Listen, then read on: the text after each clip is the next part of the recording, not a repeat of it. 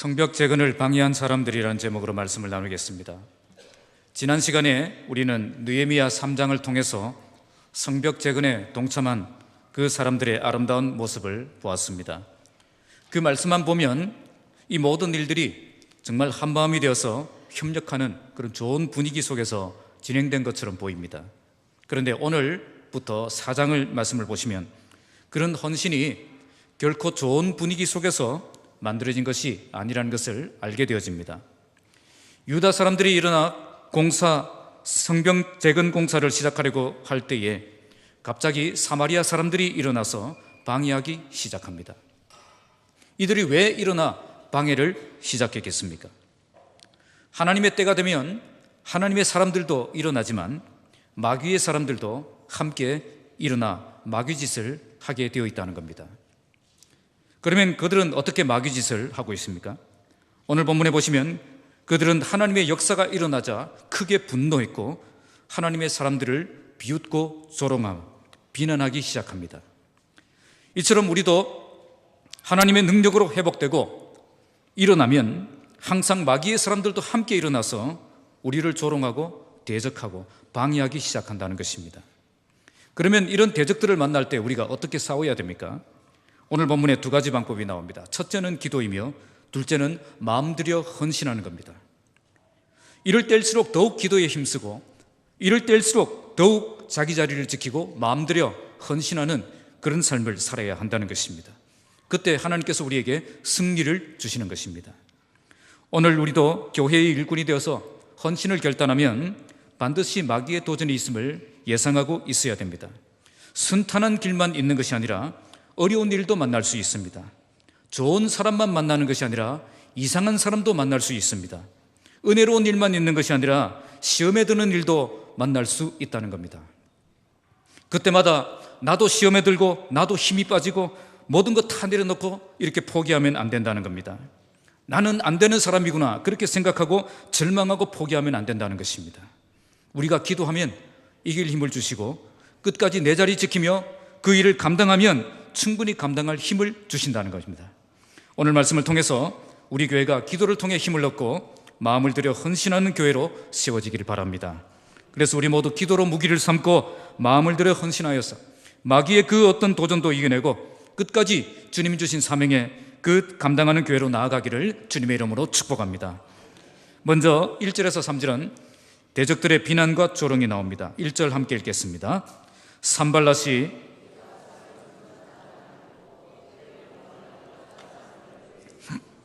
오늘 본문에 산발랏이라는 인물이 나옵니다. 산발랏은 당시 사마리아 지역의 총독이었습니다. 당시 이스라엘은 바벨론 포로에서 돌아와서 정착은 했지만 아직 제대로 독립은 하지 못했고 사마리아 총독의 지배를 받고 있었습니다. 그래서 느헤미야가 등장하기 전까지 이스라엘 땅은 산발랏의 지배를 받고 있었습니다. 여기서 우리는 사마리아 사람이 어떤 사람인가를 알 필요가 있습니다. 본래 사마리아는 이 남과 북으로 이렇게 분단된 이스라엘의 그 북쪽 이스라엘의 수도였습니다. 우리나라로 치면 평양쯤 되겠습니다. 북이스라엘은 우상 숭배를 일삼다가 하나님의 심판을 받아서 아수르라는 나라에 의해서 BC 722년에 멸망합니다. 열왕기하 17장에 보면 이 내용이 잘 나와 있습니다. 그때 아수르는 혼혈 정책을 사용합니다. 본래 사마리아에 살던 이스라엘 사람들을 다른 곳으로 보내버리고 다른 민족들을 여기로 보내어서 정착시킨 것입니다. 이걸 통해서 그 지역 사람들을 혼혈 민족으로 만들어서 독립운동이나 저항운동을 하지 못하도록 미리 차단하려고 했던 것입니다. 그래서 사마리아 지역 사람들은 정통 유대인이 아닌 혼혈 민족이 살게 되었습니다. 문제는 이런 과정을 거치면서 다른 종교들이 들어오게 되었다는 것입니다. 이주한 사람들이 자기들의 종교를 가지고 들어왔고 여호와 하나님을 섬기는 신앙에서 점점 멀어지고 있었던 것입니다. 그때 하나님은 그 지역을 심판하셔서 사자를 보냅니다.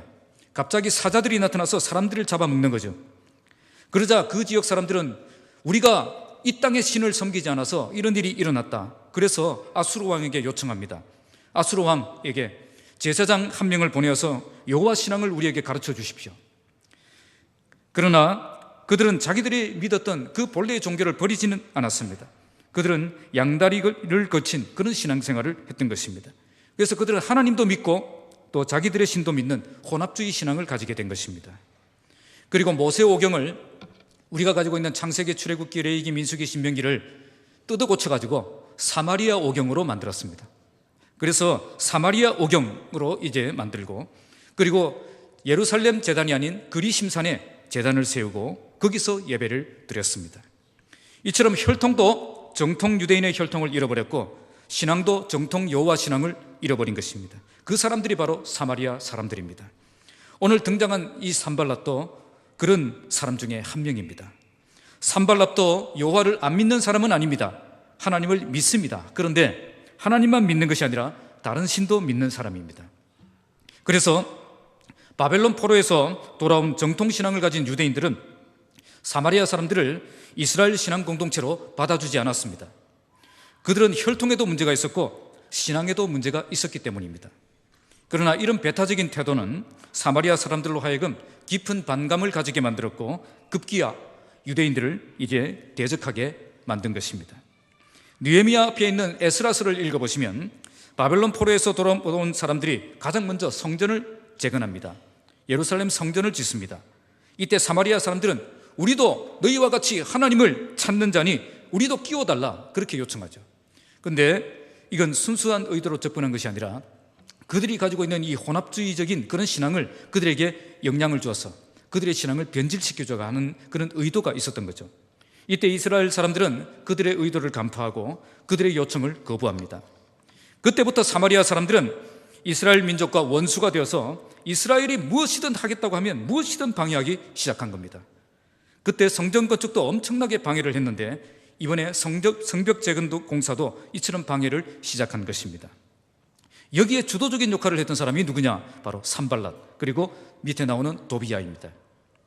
산발랏은 사마리아 지역 전체를 지배하고 있던 총독이었고 도비야는 그의 행동대장이었습니다. 당시 산발랏의 지배력은 굉장했습니다. 사마리아 지역뿐 아니라 남서쪽으로 이 애굽까지 그리고 동쪽으로는 에돔까지 이렇게 강력한 지배력을 가지고 있었습니다. 무시할 수 없는 그런 힘을 가진 사람이었습니다. 이런 상황에서 느헤미야가 갑자기 등장해서 페르시아 왕의 후원을 받고 이렇게 예루살렘 성벽 재건을 하겠다고 온 것입니다. 갑자기 자기의 권력을 위협하는 인물이 등장한 거죠. 느헤미야 2장 10절에 보면 이 소식을 듣고 그는 근심했다라고 말씀합니다. 그리고 2장 19절에 보면 이스라엘 백성들이 성벽 재건 사업에 힘을 모으기 시작하자 업신여기고 비웃었다라고 말씀합니다. 그러니까 그는 처음부터 느헤미야를 못마땅하게 생각했던 사람입니다. 지금까지 자기가 이 땅을 지배하고 있었는데 이제 예루살렘 성벽이 재건되면 자기들의 영향권에서 이제 벗어나게 될 것이기 때문입니다. 그래서 그는 느헤미야가 하는 일이라면 무엇이든 발벗고 나서서 방해하기 시작했던 것입니다. 그런데 그때 이스라엘 백성들이 일어나서 성을 건축한다는 말을 들은 것입니다. 성이라고 번역했는데 원래의 뜻은 벽이라는 뜻입니다. 그래서 영어는 the wall 이렇게 번역했죠. 그래서 성을 건축한 것이 아니라 성벽을 건축한 것입니다. 이렇게 이스라엘 민족이 드디어 연약한 손을 모아서 성벽을 건축하기 시작하자 가만히 있던 그들도 이제 행동하기 시작했던 것입니다. 지금까지 산발랏을 비롯한 이스라엘의 대적들은 하나님의 백성들을 그냥 내버려 두었습니다. 이스라엘 백성들이 자신의 연약한 손만 보고 체념하고 포기하고 있을 때는 그들도 건드리지 않았습니다.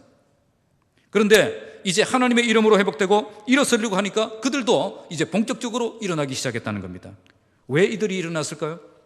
그때는 건드릴 이유가 없었기 때문입니다. 그때는 그냥 가만히 놔둬도 알아서 망하는 길로 가고 있기 때문입니다. 그때는 대적들이 걱정할 필요가 없는 그런 사람이었기 때문에 가만히 놔뒀고 이제는 걱정이 되니까 이제 일어나기 시작했다는 겁니다. 자, 이것은 영적 전쟁의 모습을 우리에게 잘 보여줍니다. 마귀도 우리가 주저앉아 있으면 절대 건드리지 않습니다. 그러나 우리가 회복되고 뭔가 새로운 일, 놀라운 일들을 시작하려고 하면 반드시 마귀도 일어난다는 거예요. 전에는 마귀가 걱정하지 않는 사람이었는데 이제는 마귀가 걱정하는 사람이 된 겁니다. 그래서 우리는 영적 전쟁, 영적인 눈을 떠서 영적 전쟁을 볼 수 있어야 됩니다. 편안한 삶이 결코 행복한 삶이 아니라는 겁니다. 지금 내가 편안하게 살고 있다면 그 마귀가 걱정하지 않고 있다는 겁니다. 지금 나에게 힘든 시련과 고난이 주어지고 있다면 그 그 마귀가 걱정이 돼서 이놈 가만히 두면 안 되겠다 싶어서 공격하고 있는 거예요. 여러분은 마귀가 지금 안심하고 있는 사람입니까? 아니면 마귀가 걱정하고 있는 사람입니까? 오늘 우리가 회복되어서 본격적인 믿음의 삶을 살려고 하면 반드시 마귀도 일어납니다. 이런 상황을 만나면 우리는 절망하고 이렇게 낙심할 것이 아니라 이것을 통해서 성장의 기회를 삼고 하나님을 경험하는 기회로 만들 수 있어야 됩니다. 이제 본문은 산발락과 그의 일행들이 어떻게 마귀의 도구가 되어서 믿음의 사람들을 공격했는지를 잘 보여줍니다. 그들의 반응은 분노였고, 그리고 그들이 했던 도전은 조롱과 비난이었습니다. 그들은 하나님의 역사가 일어나자 크게 분노했고 하나님의 사람들을 비웃고 조롱하며 비난하기 시작했던 것입니다. 먼저 그들은 크게 분노했습니다. 원문은 분노했다는 표현이 한 번만 나오는 것이 아니라 중첩 표현을 쓰고 있습니다. 다른 단어를 두 개를 쓰고 있습니다. 그래서 그의 직역하면 그에게 분노가 일어났고 그는 분노를 나타내었다, 이렇게 직역이 되겠습니다. 예루살렘 성벽을 재건한다는 이 소식은 그를 매우 화나게 만들었습니다. 그리고 그것 때문에 그는 매우 신경질적인 그런 반응을 보이게 되었다는 겁니다. 요즘 사람들이 하는 표현으로 뚜껑이 열렸다는 거예요. 왜 뚜껑이 열렸을까요? 성경학자들은 예루살렘 성벽이 재건되면 자기가 가졌던 이 정치적인 영향력을 빼앗길 가능성이 있었기 때문이다라고 해석을 합니다. 지금까지는 그들이 내 손아귀에 있었는데 이제 내 손아귀에서 벗어나려고 하니까 이제 그들이 가만히 있지 않았다는 거죠. 그러나 이것은 단순히 그런 문제 때문에 일어난 분노가 아닙니다. 왜냐하면 그 다음 말씀을 보시면 산발랏은 그들이 성벽 재건에 성공하지 못할 것이라고 확신하고 있기 때문입니다. 그래서 이처럼 분노에 사로잡힌 것은 하나님의 나라 확장을 막으려는 그 마귀의 역사가 있었기 때문으로 보아야 되는 것입니다. 그가 왜 갑자기 이렇게 분노하고 있습니까? 마귀가 그를 완전히 사로잡았기 때문입니다. 지금 산발랏은 자기가 왜 지금 이렇게 분노하고 있는지도 모릅니다. 그냥 무조건 싫은 거예요. 그들이 성벽 재건을 위해서 이렇게 막 일어나는 것도, 열심히 일하는 것도, 함께 손을 모은 것도 그냥 다 꼴보기 싫은 겁니다. 그게 왜 갑자기 이렇게 됐겠어요? 마귀가 그를 사로잡았기 때문에 이런 변화가 일어났다는 겁니다. 바로 이것이 마귀의 도구가 되어서 하나님의 일을 방해하는 사람들에게 가장 먼저 일어나는 특징입니다. 그들은 하나님의 역사가 일어나면 절대 좋아하지 않습니다. 어쨌든 인정하고 싶지 않아가지고 그냥 부정하고 그냥 반박하고 비난하는 거예요. 인간이 이렇게 되는 이유는 마귀에게 사로잡혔기 때문입니다. 그런데 이렇게 마귀에게 사로잡혀 마귀의 도구가 되는 사람들이 교회 안에도 있어요. 그들은 교회 안에, 그것도 우리 교회 안에 이런 놀라운 역사가 일어났다는 것이 하나도 기쁘지 않습니다. 도리어 이런 역사가 일어나는 것은, 이런 역사가 일어나서는 안 되는 것처럼 그렇게 부정합니다. 그러면서 말도 안 되는 논리로 반박하고 조롱하고 비난하는 것을 볼 수가 있습니다. 혹시 지금 우리 교회 안에 하나님의 놀라운 역사가 일어났는데도 하나도 기쁘지 않고 도리어 분노가 일어나는 사람이 계셨습니까? 다른 사람들이 은혜 충만하게 받아서 정말 열심히 이렇게 뭔가 해보려고 일어나는 그 모습을 보며 한심하게 생각이 되고, 어쨌든 부정하고 싶고 어쨌든 비판하고 싶은 마음 충만해가지고 그 앞에 가서 그게 아니라고 막 그렇게 말하고 싶은 생각이 가득했던 분이 계십니까? 그 사람은 지금 마귀에게 사로잡혀서 마귀짓을 하고 있는 거예요. 인간이 마귀가 충만해지면 절대 하나님의 역사를 기뻐하지 않습니다. 하나님의 역사가 일어났는데 기쁜 것이 아니라 뚜껑이 열린다는 거예요. 이상한 사람이 되는 겁니다. 그러면서 자기가 이상한 사람이 된 줄도 모르고 사명감을 가지고 마귀짓을 계속하고 있습니다. 그런 사람이 교회 안에 있습니다. 제가 지금까지 사역해왔던 교회도 다 있었고요, 오늘 우리 교회 안에도 있습니다. 오늘 이스라엘 백성들이 성벽을 재건하겠다고 일어났을 때 그들이 가장 먼저 보였던 반응은 분노였습니다. 분노는 하나님의 역사가 일어났을 때 마귀가 충만한 사람들이 가장 먼저 보이는 반응입니다. 우리는 이런 상황을 만나도 조금도 당황하지 않고 하나님의 방법으로 싸워서 이기는 삶을 살아야 될 것입니다. 자, 두 번째로 그들이 보이는 반응은 비웃음과 조롱입니다. 본문 1절에 보시면, 끝에 보시면 그는 분노에 사로잡혀서 유다 사람들을 비웃었습니다. 산발랏은 이렇게 비웃었다는 이 말은 말을 더듬었다는 그런 뜻인데요, 이 산발랏은 그냥 비웃은 것이 아니라 이 말을 더듬을 정도로 이 흥분해서 이렇게 유다 사람들을 비웃고 있었다는 겁니다. 그러면 그는 왜 비웃었죠? 그들의 손만 보았기 때문입니다. 사실 유다 사람들은 성벽을 재건할 만한 그런 능력이 없었습니다. 그래서 그들은 절대 이 공사를 완성할 수 없다라고 판단하고 그냥 비웃고 있었던 거예요. 이렇게 비웃고 조롱함으로 유다 사람들의 사기를 떨어뜨리고 의욕을 꺾으려고 했던 것입니다. 자, 2절 말씀 함께 읽겠습니다. 시작. 자기 형제들과 하는 일이 무엇인가? 스스로 견고하게 하려는가? 제사를 드리려는가? 하루의 일을 마치려는가? 불탄 돌을 흥부더기에서 다시 일으키려는가 하고, 자, 본문은 그들이 어디까지 와서 유다 사람들을 조롱하고 비난했는지를 잘 보여줍니다. 어디까지 왔죠? 자기 형제들과 사마리아 군대 앞에서라고 했습니다. 그러니까 그는 자기 집에서 지금 이렇게 비웃고 있는 것이 아니라 이스라엘 백성들이 공사를 하고 있는 그 현장까지 와서 자기 형제들과 사마리아 군대를 쫙 이렇게 포진시키고 그 앞에서 조롱하고 있었다는 거예요. 그들이 여기서 5가지 질문처럼 생긴 말로 이렇게 비난을 합니다. 먼저 첫 번째, 이 미약한 유다 사람들이 하는 일이 무엇인가? 먼저 그들은 유다 사람들은 미약한 사람이다 라고 조롱합니다. 마귀는 가장 먼저 우리의 연약함을 보게 만듭니다. 그래서 나의 연약함 때문에 도무지 나는 아무것도 할 수 없는 사람이다라고 생각하게 만든다는 것입니다. 그리고 이 미약한 유다 사람들이 하는 일이 무엇인가? 원문의 뜻은 지금 너희들이 하는 일이 어떤 일인지나 알고 이러고 있느냐, 그런 뜻입니다. 지금 내가 하려고 하는 일은 네 실력으로는 도무지 감당할 수 없는 그런 일이라는 것을 알고 있느냐 하는 거예요. 너는 할 수 없는 사람이다. 그걸 강조하고 있는 것입니다. 그 다음에 뭐라고 질문합니까? 스스로 견고하게 하려는가? 이 본래의 뜻은 이 번역이 좀 이렇게 의역이 된 건데요, 직역을 하면 이 문제를 누구에게 맡길 수 있느냐, 그런 뜻입니다. 혹시라도 도와줄 사람이 있느냐는 거예요. 내가 너희들 보니까 너희 힘으로는 도무지 할 수 없고 누군가는 도와줘야 되는데 도와줄 사람이 있느냐는 거예요. 그런데 어떻게 도와줄 사람도 없는 것 같은데 이렇게 막대한 공사를 한다고 까불고 있느냐, 그런 뜻입니다. 그래서 스스로 견고하게 하려느냐, 이것은 이제 의역이 된 거죠. 그러면서 뭐라고 말합니까? 제사를 드리려느냐. 이것은 아무도 도와줄 사람 없으니까 누구에게 요청하는 거죠? 하나님께 제사를 드려서 기적이라도 일어나길 바라고 있느냐, 그런 뜻이에요. 아무 힘도 없고 도와줄 사람도 없고 그래서 하나님의 특별한 기적이라도 일어나길 바라고 있느냐, 그렇게 질문하고 조롱하고 있는 것입니다. 자, 지금 이 사람들이 어디까지 간 거죠? 단순히 유다 사람들만 조롱한 것이 아니라 그들이 믿고 있는 하나님까지 조롱하고 있는 것입니다. 하나님을 믿는 사람들이 연약하기 때문에 그들이 믿는 하나님도 별것 아닌 것처럼 생각하고 조롱하고 있는 것입니다. 하나님이 도와주신다고 해도 이것은 안 되는 일이다, 그렇게 말하고 있는 것입니다. 그 다음에 뭐라고 이야기하죠?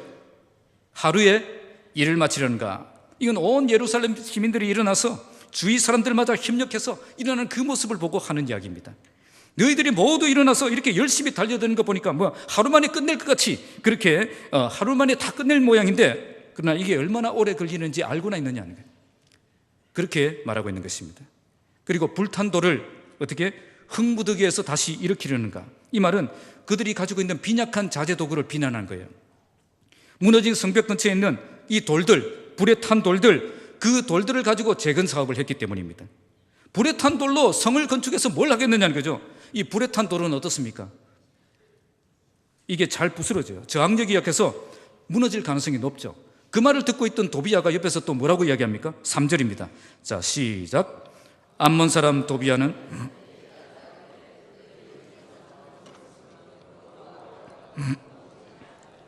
자, 산발랏이 이 불에 탄 돌을 가지고 뭘 하겠느냐, 그렇게 말했을 때 옆에 있던 도비야가 한마디 거들었습니다. 그들이 건축하는 돌 성벽은 여우가 올라가도 무너지리라. 불에 탄 돌로 건축한 이 성벽은 여우 한 마리가 올라가도 그냥 무너질 정도로 그 허술한 그런 성벽이 될 것이다 라고 조롱하고 있는 것입니다. 그러니까 그들은 시작부터 마침까지 그냥 종합적으로 비웃고 조롱하고 있는 거예요. 특별히 도비야가 한 말은 건축하려는 의욕을 완전히 꺾어놓을 수도 있었습니다. 우리가 열심히 이렇게 수고해봐야 여우 한 마리 올라가도 확 무너지는 그런 성벽이 될 것인데 우리가 이런 헛수고를 왜 해야 되는가, 그런 생각을 하게 만든 것입니다. 그런데 지금 그들이 했던 말은 모두 틀린 말은 아니었습니다. 그들은 미약한 사람들이었습니다. 도와줄 사람 없었습니다. 하나님도 지금 침묵하고 계세요. 언제 끝날지도 모를 일이고요. 이렇게 빈약한 건축자재로 쌓아놔봐야 적의 공격을 되도록 막을 수도 없는 그런 허술한 성벽이 될 것이 뻔합니다. 그런데 그들은 완전히 오판을 했습니다. 그들이 조롱하며 했던 그 말은 모두 반대로 성취가 되었기 때문입니다. 그들은 연약했지만 그들과 함께 하시는 하나님은 강한 분이셨습니다.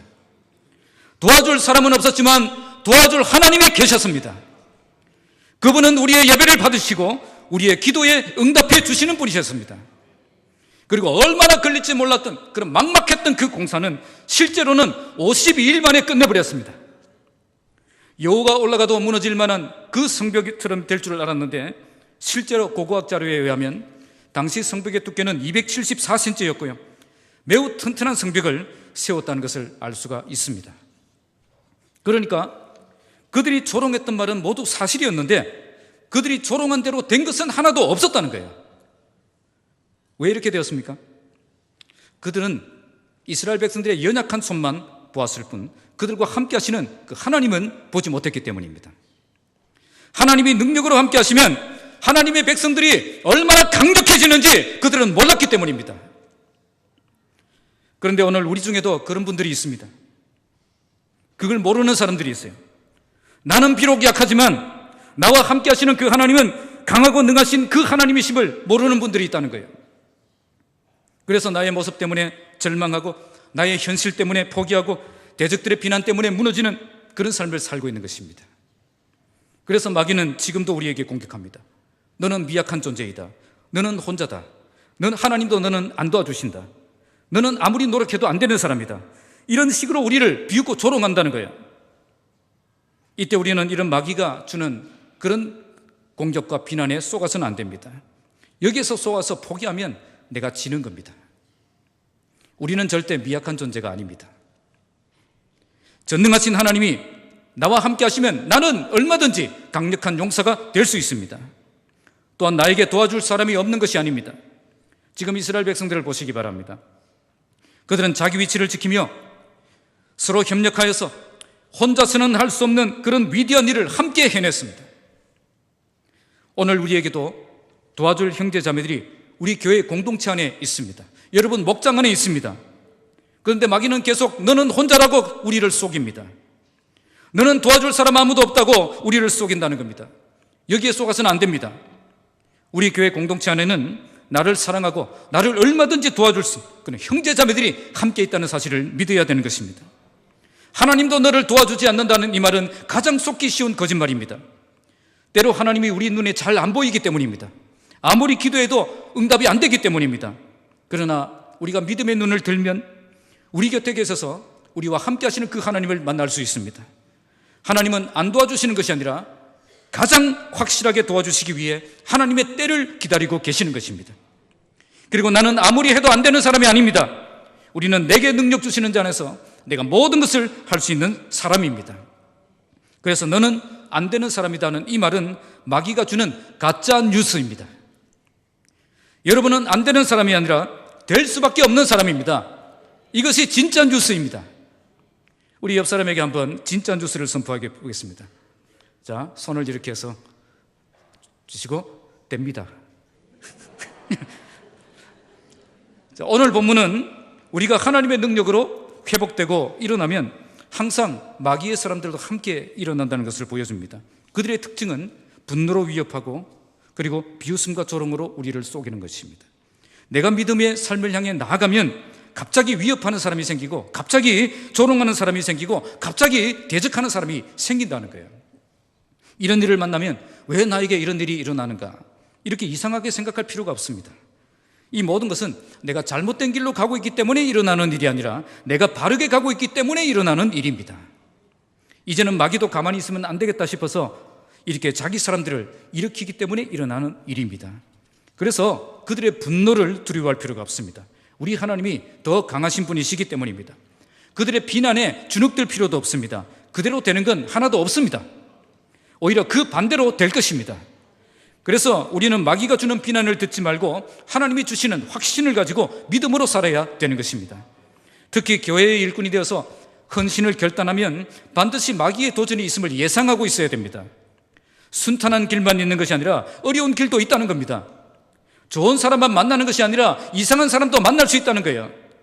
은혜로운 일만 생기는 것이 아니라 시험에 들 만한 일도 생길 수 있다는 겁니다.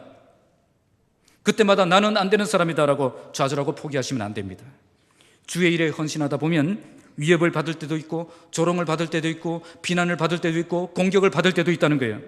이걸 잘 극복하고 끝까지 이 직분 감당할 때에 참된 승리가 있는 것입니다. 마귀의 도전을 잘 이겨내고 끝까지 믿음의 길을 걸어가는 주의 백성들이 되시기를 주님의 이름으로 축복합니다. 자, 두 번째는 백성들의 기도와 열심에 대해서 4절에서 6절 말씀하고 있습니다. 4절 5절 함께 읽겠습니다. 시작. 우리 하나님이여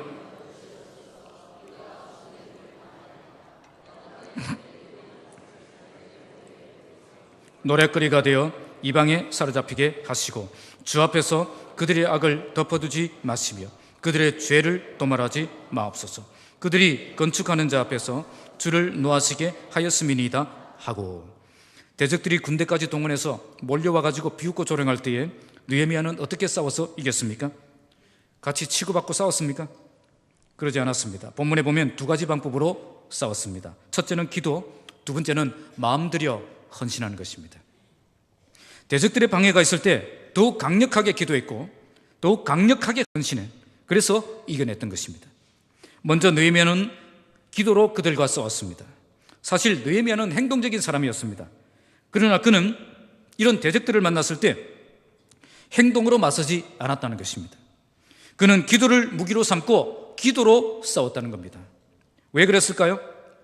내가 싸우면 나만 싸우지만 내가 기도하면 누가 대신 싸우죠? 하나님이 대신 싸우시기 때문입니다.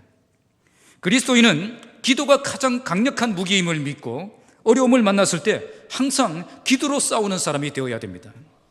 기도해도 소용없다고 생각하시면 안 됩니다. 기도하면 하나님이 들으시고 크고 놀라운 일을 행할 수 있음을 믿고 하나님 앞으로 나아가서 기도에 힘쓰는 삶을 살아야 된다는 것입니다. 그러면 느헤미야는 어떻게 기도했습니까? 먼저 느헤미야는 우리 하나님이여 들으시옵소서 그렇게 했습니다. 들으시옵소서, 이 말은 히브리어 원문은 강한 명령형입니다. 안 들어주시면 안 됩니다, 그거예요. 강한 명령을 사용한 것은 이 기도를 들어주시면 안 들어주시면 안 된다는 뜻입니다. 하나님이 안 들어주시면 안 된다고 강력하게 부르짖고 있는 거예요. 위기의 순간을 만나면 우리의 기도도 더욱 강력한 기도가 되어야 됩니다. 절박한 상황이 되었는데도 평범하게 기도하고 있으면 안 된다는 거예요. 나를 사랑하는 자들이 나의 사랑을 받으며 나를 간절히 찾는 자가 나를 만날 것이니라. 절박한 상황이 되면 절박하게 하나님을 찾아야 됩니다. 그때 기적이 일어나는 것입니다. 그러면 그는 어떤 기도를 드렸습니까? 먼저 그는 하나님을 우리 하나님이라고 했습니다. 이것은 하나님이 우리 편이라는 겁니다. 하나님이 우리 편이 되어주신다는 거예요. 이제는 나 혼자 싸우는 것이 아니라 하나님이 우리와 편이 되셔서 하나님과 함께 싸우는 싸움이 되었다는 겁니다. 그래서 기도하는 사람은 항상 하나님이 우리 편이 되실 것을 확신하고 기도해야 됩니다. 시편 118편 6절에 여호와는 내 편이시라 내가 두려워하지 아니하리니 사람이 내게 어찌할까. 하나님이 내 편이 되어주시면 어떤 사람을 만나도 어떤 문제를 만나도 어떤 위협과 조롱을 만나도 두렵지 않고 담대하게 나아갈 수 있다는 것입니다. 그리고 이어서 느헤미야는 우리가 업신여김을 당하나이다 라고 고백합니다. 지금 내가 당하고 있는 이 문제를 정확하게 고백하고 있는 것입니다. 올바른 기도는 정직한 기도입니다. 하나님 앞에서도 아닌 척하고 체면 차리고 다 아시지요 이러고 있으면 안 된다는 거예요. 문제를 축소시키면 안 된다는 겁니다. 솔직하게 지금 이 문제를 정확하게 정직하게 명확하게 기도해야 된다는 것입니다. 그리고 나의 소원도 정확하게 고백해야 됩니다. 느헤미야는 자신의 소원을 두 가지로 고백합니다. 첫째는 그들의 저주가 도리어 그들에게 돌아가게 하시고 원하건대 그들이 욕하는 것을 자기 머리에게 돌리사 노랫거리가 되어 이방에 사로잡히게 하시고 그들이 저주한 대로 갚아주십시오, 이런 뜻입니다. 두 번째는 그들의 죄값을 반드시 치르게 해달라고 기도합니다. 주 앞에서 그들의 악을 덮어주지 마시며 그들의 죄를 도말하지 마옵소서. 그들이 어떤 죄를 지었죠? 그들이 건축하는 자 앞에서 주를 노하시게 하였습니다. 우리만 분노하게 만든 것이 아니라 하나님을 분노하게 만들었다는 그 뜻입니다. 그러니까 느헤미야는 정확하게 자신의 그런 당한 문제를 고백했고 정확하게 하나님이 어떻게 해주셔야 되는지를 기도하고 있었던 것입니다. 이처럼 기도는 명확해야 됩니다. 우리가 명확하게 기도하면 명확하게 하나님의 역사가 일어납니다. 애매하게 기도하면 애매한 역사가 일어납니다. 오늘 느헤미야는 직접 원수들과 대적하며 싸우지 않고 하나님께서 대신 싸우시도록 온전히 맡기는 기도를 드리고 있습니다. 그렇게 했던 이유는 기도가 가장 강력한 무기임을 알고 있었기 때문입니다. 그래서 그는 강력하게 기도했고 하나님이 우리 편이 되심을 확신하며 기도했고 나의 소원을 명확하게 고백하며 기도했던 것입니다. 혹시 내 힘으로 극복할 수 없는 큰 어려움을 만나신 분이 계십니까? 더 열심히 뛴다고, 더 열심히 일한다고 해결되는 것 아닙니다.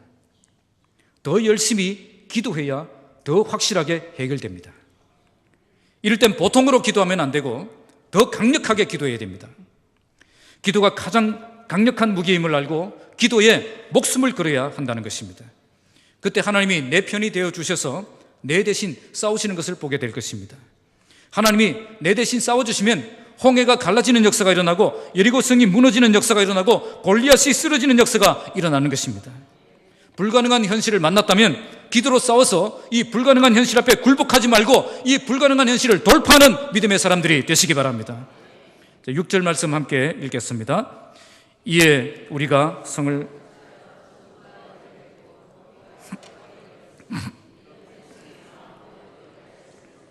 본문은 이에라고 말씀합니다. 먼저 기도했기 때문에 다음 이런 역사가 일어났다는 뜻입니다. 어떤 역사가 일어났죠? 백성들이 마음들여 일을 감당하는 역사가 일어난 것입니다. 그 결과로 어떻게 되었습니까? 예루살렘 성벽 전부가 연결되었고요, 그리고 높이가 절반까지 올라가는 놀라운 역사가 일어났던 것입니다.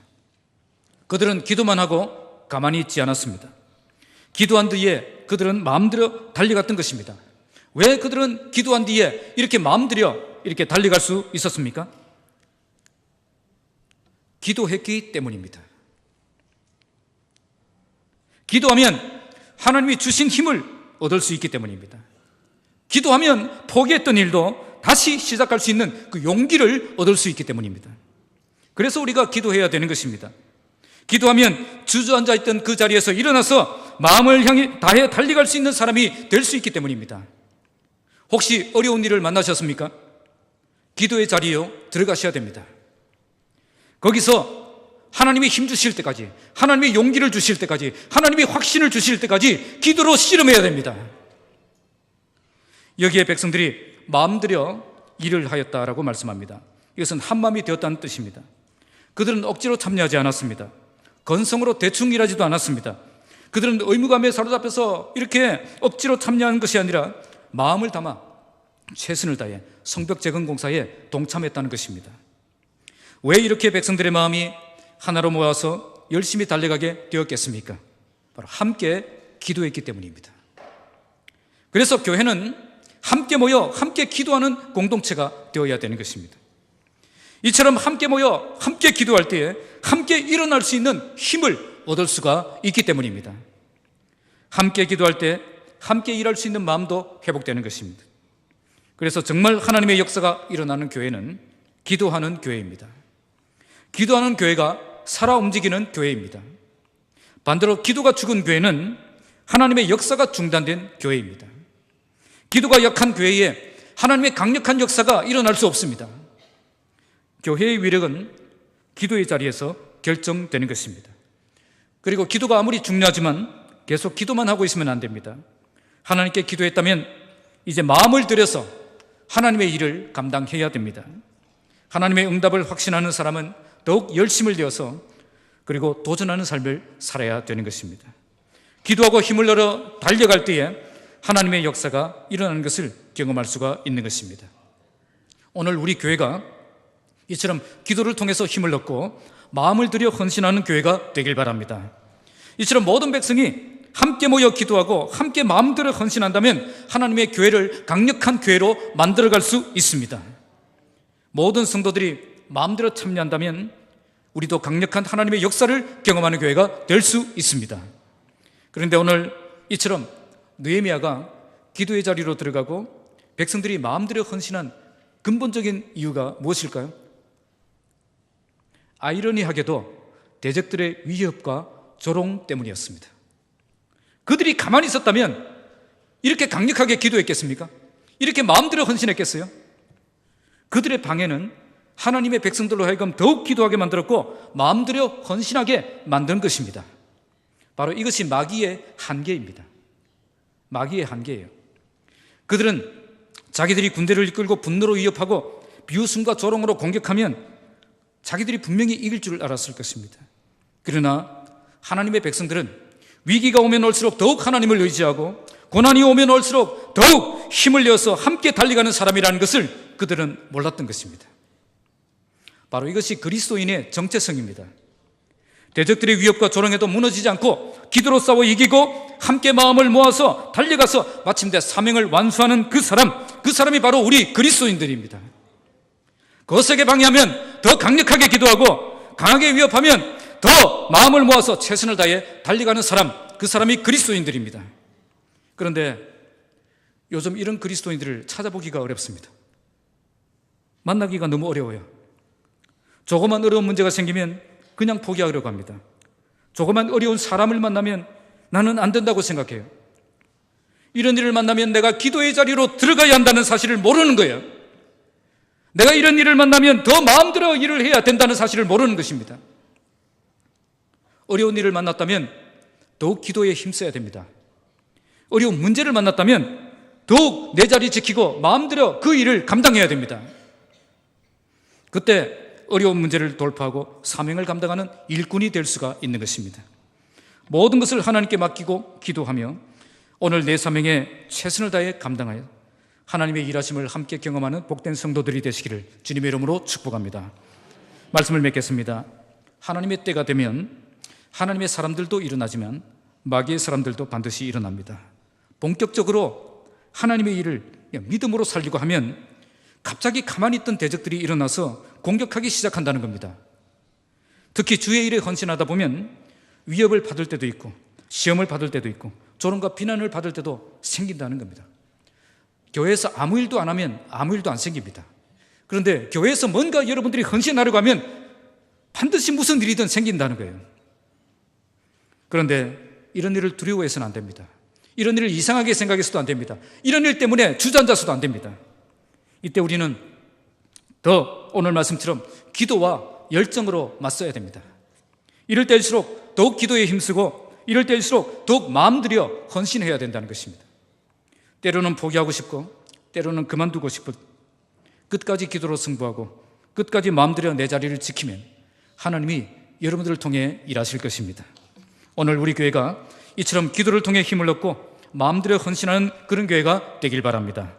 여러분 모두 이처럼 함께 기도하고 함께 헌신의 자리에 동참한다면 우리 교회가 마귀의 그 어떤 도전도 이겨내고 무너지지 않고 하나님의 강력한 역사를 경험하는 위대한 교회가 될 줄로 믿습니다. 우리 모두 기도로 무기를 삼고 마음대로 헌신하여서 마귀의 그 어떤 도전도 이겨내고 끝까지 내 사명 감당하는 주의 강한 용사들이 되시기를 주님의 이름으로 축복합니다. 기도하겠습니다.